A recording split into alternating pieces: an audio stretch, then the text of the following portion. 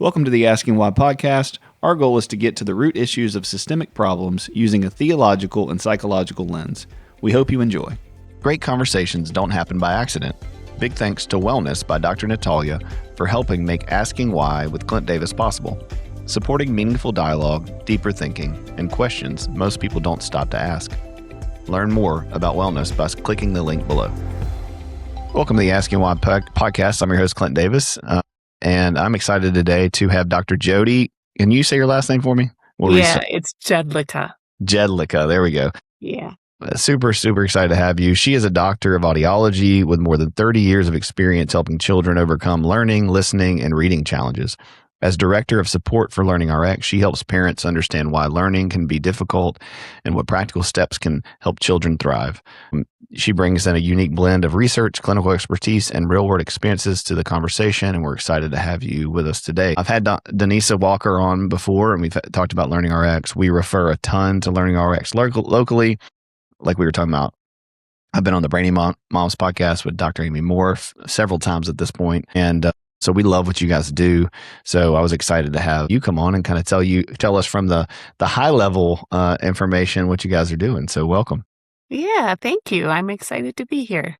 So Dr. Jody, tell us kind of what you do, what your role is with LearningRx, what LearningRx is for people who maybe haven't listened to the other stuff.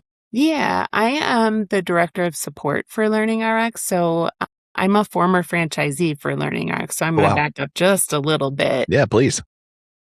I started my career as an educational audiologist for Milwaukee Public Schools, which was actually a big shock moving to the big city of Milwaukee from kind of a smaller town in Wisconsin. Okay. And because of my work in audiology in Milwaukee, I was really interested in how hearing affects learning. And so got into not just how people perceive sound, but how they, what happens once you hear the beeps, if you can hear the beeps, but you still, so that's what auditory processing is you can hear the beeps, your hearing is fine, but the way that your brain uses or interprets that information is somehow inefficient once it gets past your ear. So it's how your brain hears. But it was just really interesting to me that kids with normal hearing could really struggle with learning, and we could really tie it back to hearing. So we saw that kids had things like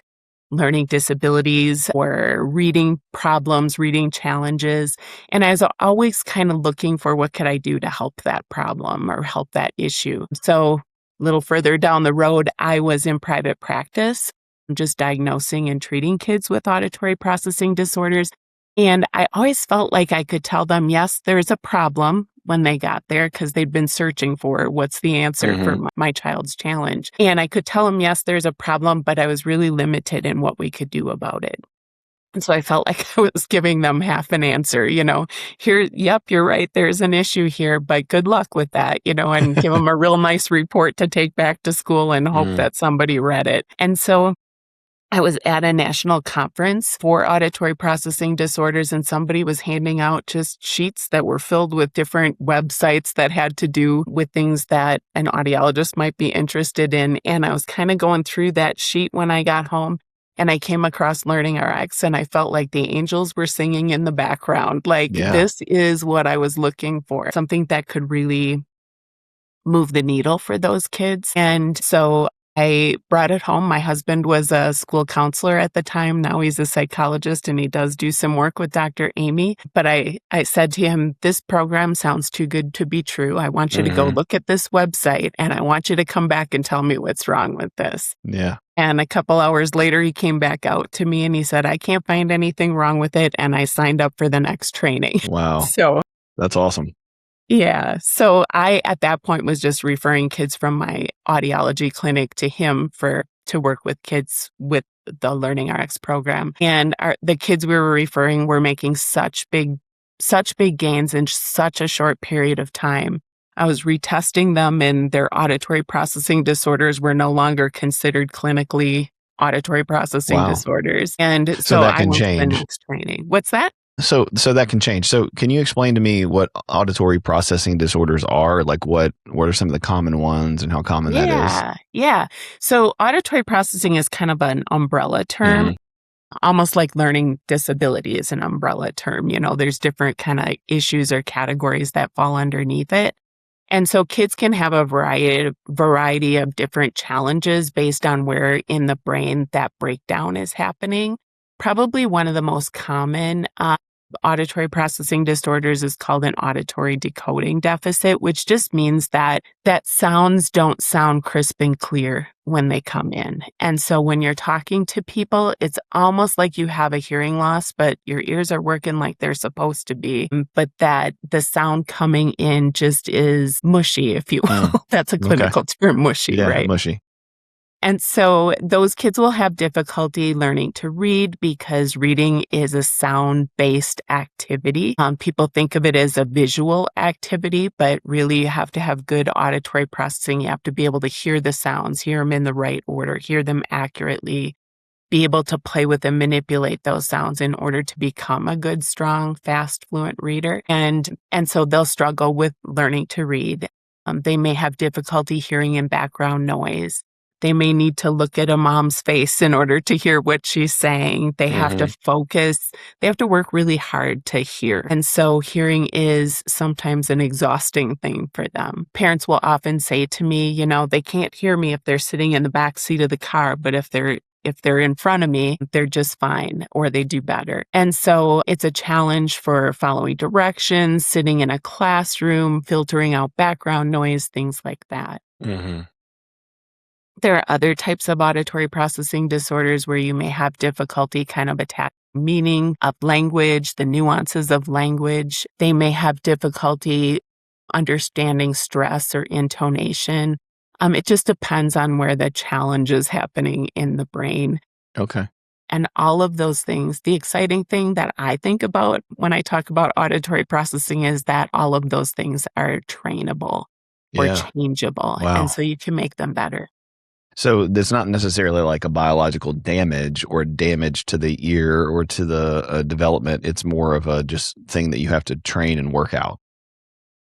Both of those things. Okay. So it really is like a biological damage to some part of the auditory system. But you can train it to heal?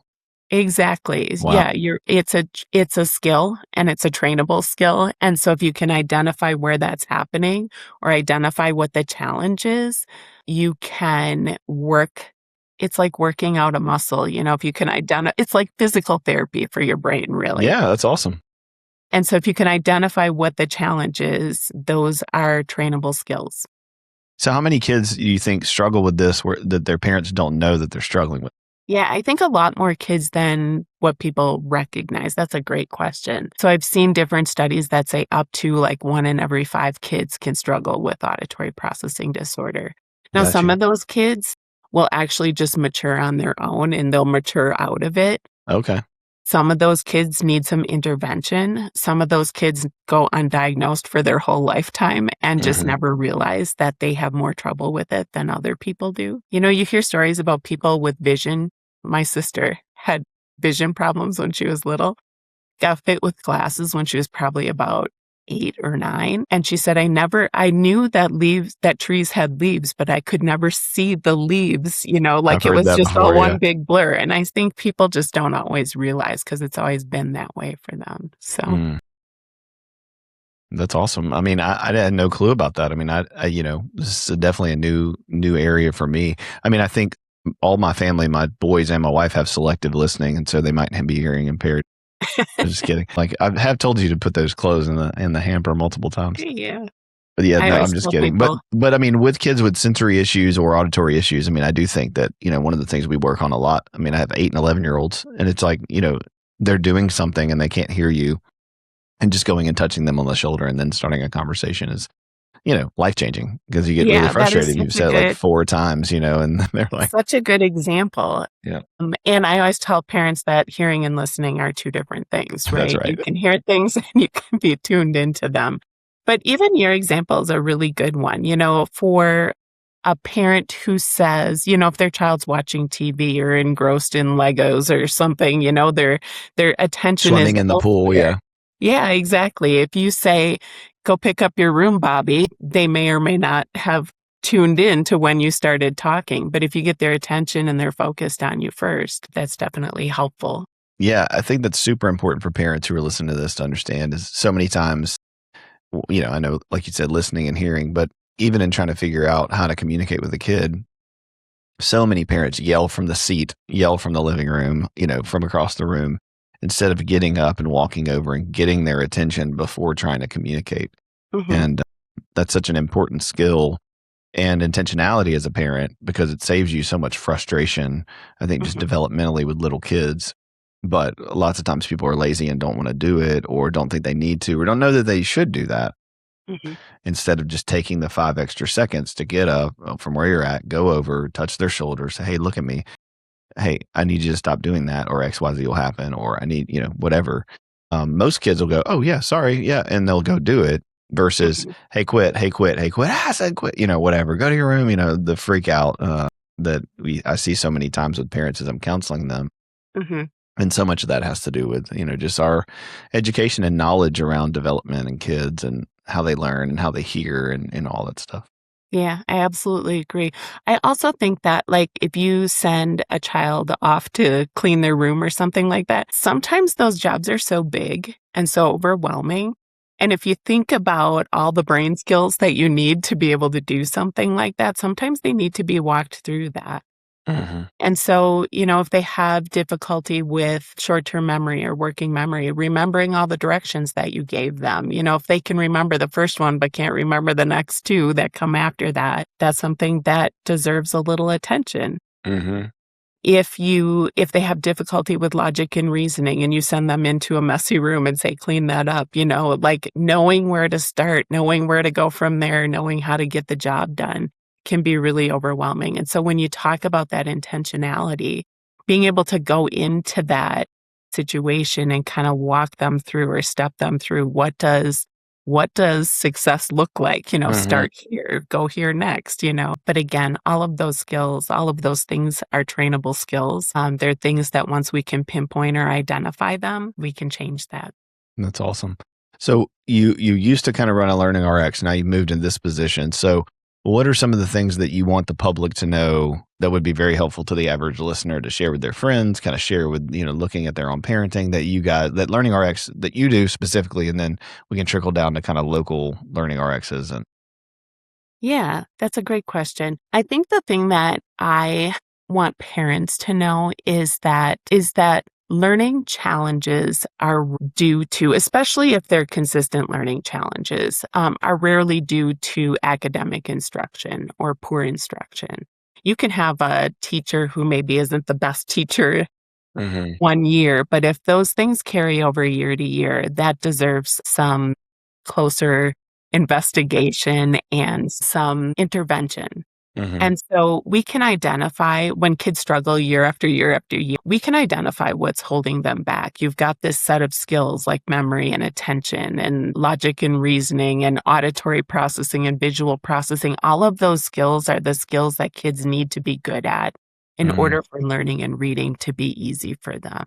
Can you go through those again a little slower? Yeah, yeah. So all of those skills like memory, long-term memory, short-term memory, working memory, So with attention. Yep. Go So ahead. with no, it's fine. So with memory, with parents as they're new parents maybe, or they have toddlers and they're that 10 and under, group, that's something that I think is important for just, I want to camp out on each one of these for just a second because yeah, I think our expectations for kids are way too high. And so many times we think they should be doing things or be able to do things that they're just not capable of doing. And we see that as a discipline issue or a defiant issue or whatever. And then, parents are just way ahead of the developmental stage of the kid and creating their own problems. So I do think that people understanding that kids can't remember at developmental stages, short term and long term memory, that those things are still growing, saves them a whole lot of trouble. So for you, how do you delineate? Let's just stay on memory for a second. We'll go to the next one. But what are some signs that,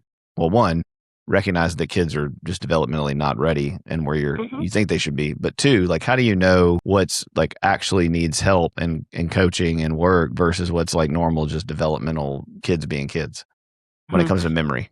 Yeah, yeah. So things that parents will tell me when they come in and a student has a deficiency, say in long-term memory, is, it's like we go over it and over it and over it and over it. And I think they've got it. And tomorrow we come back to the table to do homework and it's like they've not seen it before or they just can't remember it.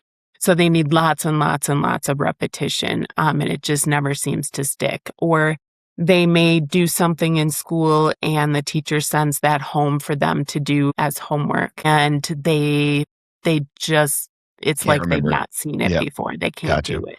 So there's a difference in kind of jogging their memory for a second and then bouncing back really quickly, and then them just daily, routinely, literally having no clue. Yeah. Yeah. Okay. These are the kids who, like, you have the same routine in your household every day, and you still have to tell them every day, Yeah. what they need to do to get out the door in the morning. No, I know most parents feel like that. I think that's the tricky part, right? Is like, I think most parents are like, how do you not know that you need to brush your teeth? So there are some general, things, and it's not necessarily like I didn't know I needed to brush my teeth. It's that I didn't prioritize it versus I literally forgot and like cannot remember. Is that true? Yeah.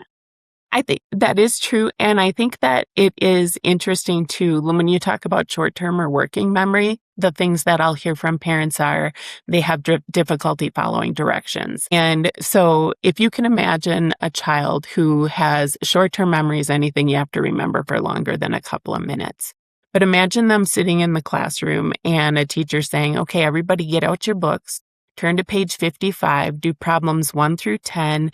You know what? We're kind of short on time today. Let's just do the even ones today and then put your paper on my desk. These are the kids who get out their books because often they want to do the right thing, right? It's not like it's a behavior issue. So they'll get out their books. They'll have to glance at their neighbor's page to see what page they're on. They'll raise their hand and say, what problems did you want us to work on again? And the teacher says, why weren't you listening? I just told you that. Well, they could have been listening. They didn't have the memory to support that, right? And then they actually go through, maybe they do all the problems, not just the even ones. So it takes them longer than everybody else does. And then they finish and they don't remember to put their paper on the desk. So they don't even get credit for what they just did. And so that, I think, is just a really good example of that. If they're at home and mom says, you know what, I need you to take out the garbage and put your shoes away before we leave or whatever. They might get that garbage taken out, but by the time they get in, they legitimately didn't remember that there was a second direction to it. And so for us, it's really hard sometimes to tell the difference between whether that's just them being obstinate or a behavior issue, but I like to give people the benefit of the doubt. So, yeah, I agree. I think with kids, so many parents listen to this are going to be like, this is my kid, and it's like, yeah, there's a balance. But I mean, think of it as an adult too. Like, do you always remember all the things that were just said on this podcast? And are you going to remember every single step of everything? No, sometimes we're just thinking of something else and not paying attention and we need a reminder. But if this has happened consistently every day, all the time with every task, then that's when I feel like it becomes a problem. Right. And I think you have to look at consistency across different environments too, right? So if it happens at school, True. it happens at home, it happens on the soccer field. If it happens for things that they enjoy doing and it happens for things that they don't enjoy doing, that consistency or that it's the same across environments, that says to me that this is probably more than just, I don't like to do that task. Yeah, that's really helpful. I do think that's so important. People will say, oh, my kid, they have no problem listening at school. They do all their tasks, they get everything done, and then they come home and it's like, okay, well, that's not an auditory issue or developmental issue. They're tired. They feel good. I mean, so many kids, they get home at the end of the day and they've listened all day and focused all day and got the task done all day and they're crushing it and they have A+ and they didn't touch anybody and they're not behaviorally acting crazy. And then they get home and they, have to touch their brother and they mess up the room and they forget and they're, all the things are falling apart. And it's because they've held it together all day. Yeah. And then parents and I think home is their safe space too, right? So my son was like that. My son had reading issues. He had dyslexia when he was in school. And he really would work hard to hold it all together during the day in school. And he'd come home and, and so one of the speech therapist that he saw for a while said, take that as a compliment. You are his safe space at home. And so he just kind of loses it at home. Yeah.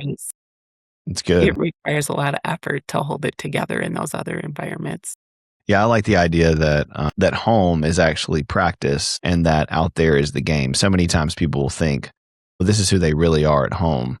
And it's like, well, sort of, but also, I mean, they're practicing with you because they feel safe. So they're taking some risks. Some kids, they're taking some risks, they're pushing some buttons, they're being relaxed, they're trying out what they can get away with you. But who they really are is that kid that's behaviorally managed, that's doing really well, that's making the good grades, who doesn't get in trouble. Sometimes that can be a mask, but a lot of times, they're practicing at home with you, trying to see what their limits are and trying to see what they can get away with and trying to see how things feel because they know most of the time that you're safe and you're going to be there and you're going to be available. At least that's the space they should have so that they can try those things out. And I think that's why it's so important for parents to do their own work and look at their own developmental issues or their own auditory problems or their own learning so that they can heal, so they don't keep, projecting onto their kids things that they're not dealing with. Mm-hmm. Yeah, two comments based on what you just said is I think a lot of times these challenges can go from parent to child. They don't always fall too far from the tree sometimes, and parents can identify with the challenges that their kids have, and they automatically will make adjustments to how they communicate and how they interact with their kids just based on their own experiences. And we adjust. We know that I have to, tap him on the shoulder before he pays attention to me. We just do that then. So they don't always have that. They don't always have that somebody adjusting that seamlessly to their behavior, to their they mostly don't way have that, they right? If we're being interact in honest. the classroom or outside of the household. So parents are intuitive that way. So Yeah, that's right. yeah. Okay, so memory, and then you said you kept going down. There was a list. Yeah, auditory and visual processing. So visual processing is, can I look at something here and think about it in my head, move it around, manipulate it in my head? Actually, kids may struggle with things like math facts because they don't have that like spatial relationship. They won't do things for fun that are fun for other kids who have good visual processing. So they're not the Lego kids. They're not the kids who sit down and work a puzzle in their free time or enjoy doing things like that. And I always say, our strengths, we like to do the things that we're good at. And so by just watching what kids enjoy doing versus what they don't enjoy doing can give you some clues to that too. So That's really good. I always say that's why we have fewer adults in our program, is because as adults, you can successfully avoid your weaknesses. You choose jobs, you choose hobbies that you're good at. Kids don't always have that. Yep. Always have that luxury, if you will. And so they have to go to school. They have to do the things that get put in front of them. Adults can avoid that sometimes. That's good. So that is visual processing. Kids who struggle with that may have difficulty with left and right. They may have difficulty remembering something that they see on the board, copying off the board, things like that. Mm-hmm. Auditory processing, we've talked a lot about that. Those kids, the thing that I worry about most is learning to read. And I just, being a good, strong, fast, fluent reader is so important. It's such a foundation of everything, Yeah. And once you get past, I'm sure you've heard this before, but once you get past about third grade, they're not learning how to read anymore. So if they haven't gotten it by that point, now they're just being expected to use reading to learn. And so it really is important, if your kids are struggling with reading, to look for help. Look for what can we do to make this better for them.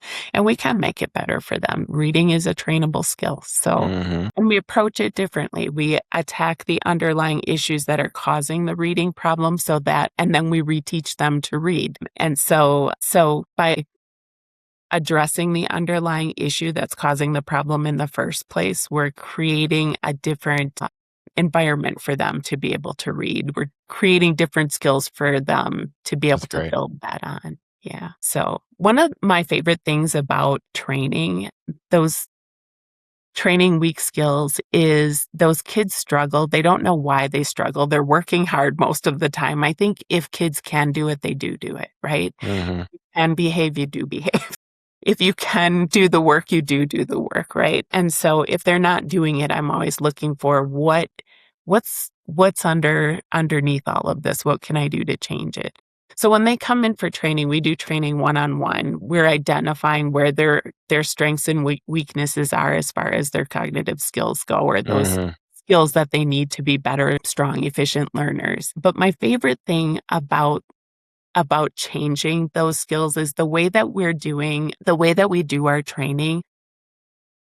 Not only are we changing those skills, but we're changing the way that child sees themselves in the world, right? We're changing the way that they think about what they are capable of doing and accomplishing. You almost, when you're working with a child, and it's pretty intense. We do this over time and, but over a period of 6 months, that might be the length of a program.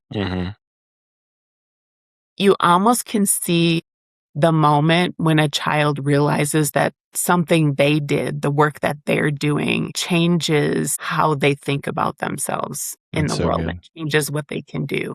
Yeah, that's so, you're talking about empowerment, helping them see that they can actually participate in things that no longer make them feel unloved or unworthy or stupid, or, and help them not to feel out of control, that they can actually participate and make empowered choices to do something differently. I mean, all of those things are the foundations of functioning.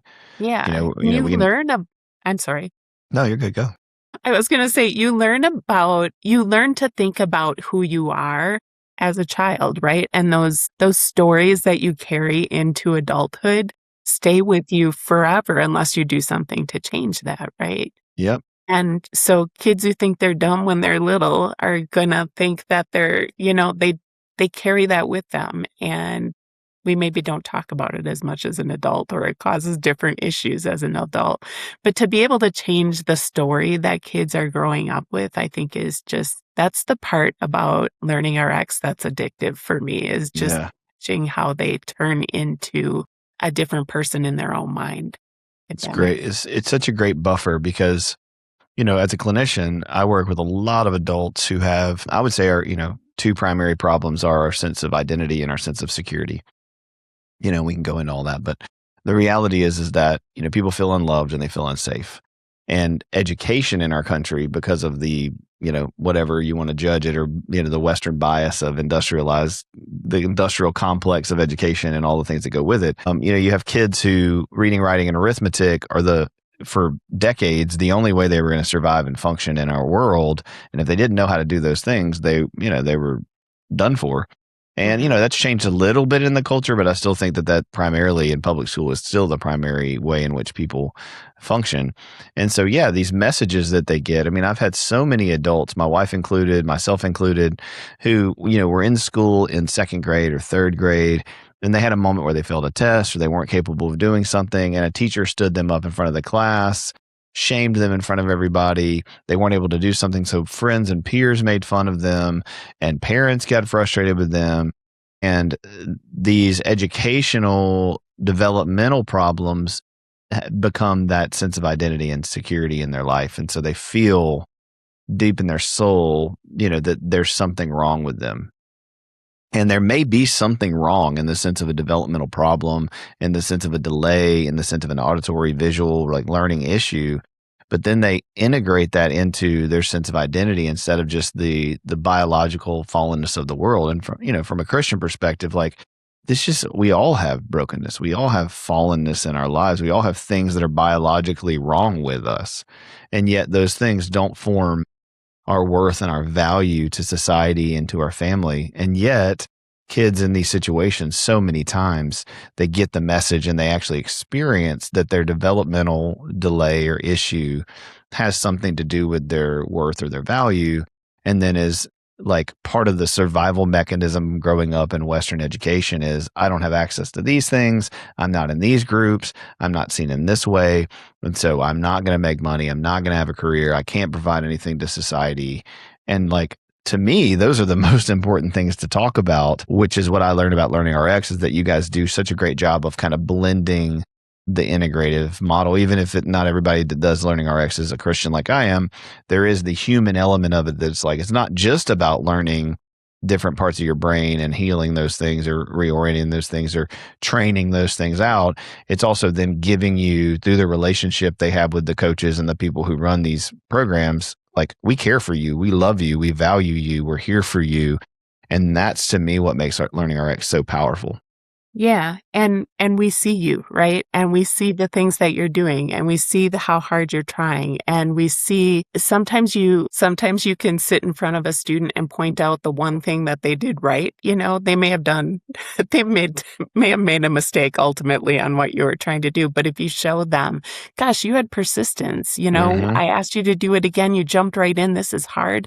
Can you see that? You have persistence. That's cool. And so often, I have a friend who's a counselor, and he always says that, the bad things stick to you like Velcro, the bad Hmm. thoughts, the I'm not worth it kinds of things, but the good things kind of slide off of you like Teflon, he always says. And I think, it kind of becomes a self-fulfilling prophecy when they have been shamed or they've been embarrassed or something like that. And sometimes that wasn't even, they misinterpret the intent behind something Yeah, that that you had happens a said, lot. right? Oh, yeah, And they'll definitely. remember it forever, and it just kind of becomes this part of their identity.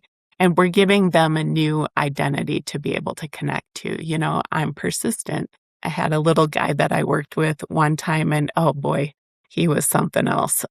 And he came in, and it was one of those kids where I almost was hoping they would say, "No, we don't want to do this," because I knew it was going to be plenty challenging. But they did come in. They did decide to work with us, and I before the first time, I took him as my own student rather than assigning him to one of my trainers because You're I like, "I'm not thought gonna pawn you off." for sure they would quit if I assigned him to them. And I remember praying before I started with him and just thinking, I have got to find at least one thing that he does right today. And I almost caught him by accident. I mean, he did something by accident that he didn't mean to do that, and the persistence example actually comes from him. So I had him do something, I had him do it again, and he just jumped right in and did it. And I said, "Holy cow, did you just see what you did? That was persistence. I love Mm, that." And it was almost like he just had not heard anything positive from someone in so long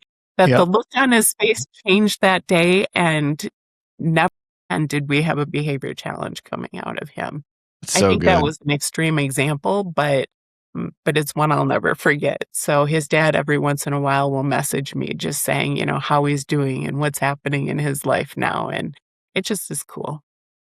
That's a great story. I mean, I truly, after working with people for 15 years, I do see that a little bit of good outweighs a lot of bad, and that most of the time, yes, people interpret things that parents say or teachers say and they misinterpret it. But they're part of discipleship and part of parenting, I think, and part of education should be really looking in and connecting with children and making sure that the messages that they're getting, they're interpreting correctly. And that could be, right? One thing that LearningRx does good is that it helps with, hey, that's already hard enough if you don't have any developmental delays or problems, right? If you don't have any auditory or visual or learning disabilities or issues, like just being a human and a kid in the world, you know, with brokenness in your heart and in your life and around you, makes you interpret things. I mean, we look at the garden, we see there was a good God and a good place, and there was shalom and harmony and peace and no death and no developmental delays, and everybody was good. And yet Adam and Eve had the struggle of maybe God's not good, and maybe I need more, and maybe this isn't a safe place, and I want to be like God with having all this knowledge, and that way I can be in control. It's like that's our baseline, even when there's no sin and no brokenness and no fallenness. So I mean, it's hard enough for all of us. So I think I love that, you guys, what you guys do nationally and on this big level is you try to help families really see that their kids can learn, they can change, they can practice, they can, just like any other, thing that they need to do good at, they can get a coach, they can learn skills, they can get better, which then feeds into the loop of them feeling better about themselves and feeling more secure, which then literally, right, their beliefs shape their thoughts and feelings, which shape their actions. So if you want your kid to have, if they're having really big behavioral problems, it's really important for you to attune to them and like ask good questions and really see like, what do you believe about yourself? What do you believe about our family? What do you think education and these grades mean to us and to you? And to really work hard at like establishing what is true. for them and with them, because that's going to make a huge difference in how they learn and what you identify as the way in which to, as a parent or a teacher or a coach or whatever, get them to be as successful as possible. Hmm. Yeah, and isn't it cool that we're created with the ability to change, right? That Hmm. we're created as someone who we may have weaknesses, but we have the ability to change that. And that is amazing to me. Hmm. And so anyway, I like that when students come in and work with us, that they're the ones doing the work. They're the ones creating the change, and we're just pointing that out to them. Hmm. And so then they leave us knowing that they can do hard things, knowing that if they work on something, they can get better at it. And my mom is just a super positive person. And so she doesn't, I have three sisters, and we just all think that we got so much from, the things that she taught us as Yeah. kids. She doesn't realize what an amazing person she is sometimes. But she just always is somebody who's always looking for at the bright side. Like, this happened because it was leading us here, and just follow the next right thing. Hmm. And so I always tell parents that there is a hidden gift in struggle, right? So if your child is struggling all these years, and you're coming to me for help, there's gift in that struggle. They've learned to be a hard worker. They've learned they had to work hard because that's the only option that they had. Hmm. And so they've already learned to be a hard worker. I can make their work pay off better for them. I can give them the skills that they need so that when they are working hard, it makes a difference. They're achieving their goals, but I can't always teach them to be a hard worker, right? And so they've already got that. If I give them the skills, then they're golden. So, Yeah, that's great. And I think that's really important for parents to listen to this, because having kids with learning disabilities, all the things that you guys work with, it is very frustrating. It is very difficult. It is taxing as a parent to kind of every day have to grind it out. So I think two things. One, just, as a parent with somebody who's dealing with this, like, give yourself some grace and some patience. Like, it is long suffering, but like you said, it's not without value and it's not meaningless.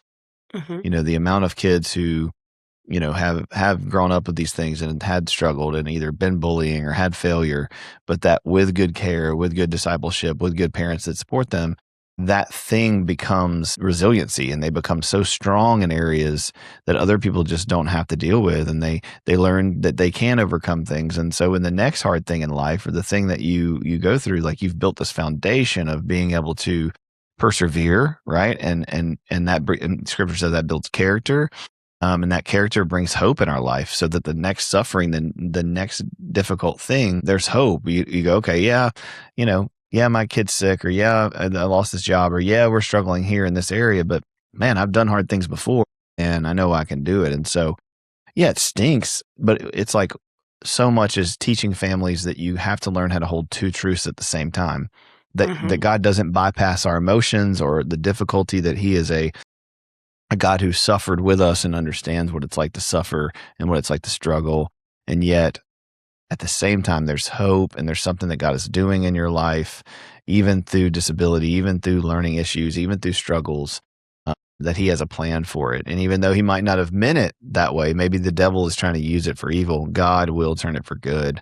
And I know you get to see that so much in what you do. And I know that, so many other people in our field that are working with people, it's an amazing, like you said, it's amazing to see that God is a redemptive God, that He's still redeeming and renewing and bringing healing to the world. And so, man, I'm just so thankful for what you guys do, what LearningRx does. I love that locally we have such a great relationship with them, and referring back and forth, because the overlap, the Venn diagram on, developmental learning and emotional learning is so much overlap. yeah, I agree. And I think that's what I'm talking about with my mom too, is that I grew up with a model of someone who saw every single thing, whether she judged it as good or bad in the moment, as a gift, and that it was something that she'd be able to look back on and say, thank God that that happened, Yeah, because I wouldn't be where I am doing what I'm doing without that. And so that was a really good model to grow up with. I bet. What's her name? Her name's Mary Ann. Shout out to Mary Ann. Good job, Mary Ann. You're a good Yeah. mom. Yeah. She's That's going awesome. through a rough time right now, so we could all lift Yeah, up a prayer for I'm her. praying So for her for sure. Yeah, we'll pray for you, Marianne. Okay, well, Dr. Jody, is there any closing things you want to cover? Anything I missed? Anything that you wanted to say? goodness, closing thoughts. I just think that there is power in looking for solutions to the challenges that you are facing, and that we all have the opportunity to change and grow. We'd love to help people with that. So That's we great. So, as far as LearningRx, how can people, if people are hearing this and they're going, "Hey, we have some struggles here with reading or learning or dyslexia or any of these things that are kind of normal," can you just talk 2 minutes about kind of what LearningRx is and then how they can get connected with you guys and whether they don't have one in their area or if they want to reach out online? Yeah, absolutely. Thank you. LearningRx, we do cognitive training. So if you have a student, a child who's struggling with learning, struggling with reading, struggling with following directions, all the things that we've talked about, those are all, we do some testing, we identify what the underlying issue is, and then those are all trainable skills. So we can train them, make them better. So that's not something that they have to work around for the rest of their life. That initial assessment is where everything gets started. And so if there's not a local Learning RX near you, we do remote training also. So we really can serve anyone, anywhere Mhm. with our training. Through the magic of Zoom. And so we can do testing remotely, we can do the consultation remotely. And really, if parents even don't decide to move forward with training, or it's not the right time for something like that right now, the initial testing gives you so much insight about what's going on with your child and why they do the things that they do. And so I think that is just such a worthwhile investment in your time to just learn more about what's Yep. happening with your student. Yeah, the way y'all do it too is, you kind of gamify it. There's all kinds of ways in which you guys teach people skills that are fun and that are interesting. I've gone through some of the stuff with Denisa, Have and you? yeah, well, she just come and done a presentation, and I've gone there and looked at it, and then I've had clients that have told me about it. So I have a decent amount of knowledge about it, but we're actually about to have her come back in and do like a staff like example and training. Just, it's good to have it on your mind. That's why I wanted to do this podcast, is that, it's so important for people to realize. I think so many parents just kind of sit in frozen, not knowing what there is and what resources there are, or it's just like, man, they're just doing their life and they're just going and going and going. And I just want to encourage people, like, I have seen so many people, so many children go and do like some coaching for Learning RX, 6 months, a year. The significant impact, like, I mean, it's crazy how much kids can change. Like, it's insane. And Yeah. it's not magic, right? We just don't think that people can relearn or learn some of these skills. Like I said earlier with auditory, like so many things that are a problem, people just see as like, well, this is just the way it is. And dang, Mhm. they have a disability or whatever. And it's like, no, they actually can learn to not deal with this in this way. And they can be trained, their body, their brain, their mind. And so to me as a Christian, it's like, man, what a beautiful opportunity to be the gospel and bring the gospel to people. So I would just encourage people listening, like, if you're struggling with a kid struggling with any kind of learning, what seems to be a delay or what seems to be something that's significantly impacting your life, their school, there's absolutely no reason why you can't reach out to Learning RX and just do a few months to see how it goes, and you will see results. I mean, if you show up and you practice, Yeah. If you just do like the if you, work, you get the yes, I outcome. mean, I know it's hard. Like, people don't want to work out. People don't want to take care of their physical fitness. It's like, but like literally just getting up and stretching 15 minutes a day, going for a 10-minute walk, right? Like, those things over time significantly impact your life. And these children, they can't do it. And so that's the biggest thing that I kind of close in myself, is the bias is like, you as adults, you as aunts, you as uncles, you as friends, like, if you see a kid in your life that is struggling, like, they can't go sign up. They don't know that there's supposed to be help out there. They can't call, they can't research, they can't do these things on their own. So it's our job to advocate for them as parents. It's our job to use the resources that we have, instead of continuing to push them into systems where they're not thriving and they're not functioning, which then just end up causing lifelong struggles with identity and security, which leads to addiction, which leads to drug and alcohol abuse, which leads to, all the ways in which we cope, when these things could have been prevented, Mhm. by just a little bit of knowledge and a little bit of education. And so please, please, please, I would just beg parents and people listening to this to prioritize these young kids, 8 and under, 10 and under, prioritize that instead of like focusing on baseball or whatever other thing you're like putting all your time and energy into. Like, please, like take some time to help them emotionally and developmentally grow and learn if they're really struggling, because it will literally change the rest of their life. Yeah. And it goes fast too. 6 months is My nothing. gosh. I mean, and 6 months can be life changing for us. That's right. And it's not just limited to kids, Clint, now that you're talking about this, is that adults, but like I say, though, adults can successfully avoid their weaknesses sometimes. But one last story, Please. I talked about my mom, and my dad actually has dementia, and my mom... Stuff. My mom could see the writing on the wall, could see that she was going to be responsible for things that she'd never had to really do before. Taking care of their finances, taking care of just everything, because he's not capable of doing that anymore. And so my sister actually owns a LearningRx center in Wisconsin. And so she enrolled herself in training. Wow. And after 6 months of working with my sister, she came out the other side with this confidence that she could take on almost anything that she was going to be responsible for, and didn't feel prepared for it. But she came out just, stronger memory, stronger just ability to do. That's great. To do things that she never really had to do in the past. And so we just are amazed by her all the time. So, yeah, that's incredible. And what's your dad's name? My dad's name is Ken. And Mary was your mom? Is that what you said? Mary Ann. Mary Ann. Okay. Well, can I pray for them real quick? And then we'll wrap up. Okay. God, I just want to pray for Mary Ann and Ken, God, and for Jody and her family, her sisters. God, I just pray that you would be with them as they go through this trying time. It's especially hard for those of us who know too much and who are in this field to be walking through some of those issues ourselves, and to know the consequences and the impact of those things. And so I just pray for their family, God, that you would bring healing, that you would bring support, that as this goes the way that you want it to go, God, that they would see you in it, that they would see Christ magnified in it, and that those around them would see your love and your grace and your mercy through it, and that they would hold on to the truth that there is hope and there is purpose in suffering and difficulty, but that also there's full restoration in Christ, and that there will be, that we will all get, our lowly bodies will be like your glorious heavenly body. And so we have hope in that in eternity. And so, God, I just pray your Holy Spirit would just circle them and enclose them and just encourage them in that in the coming weeks, months, and years. In Christ's name we pray.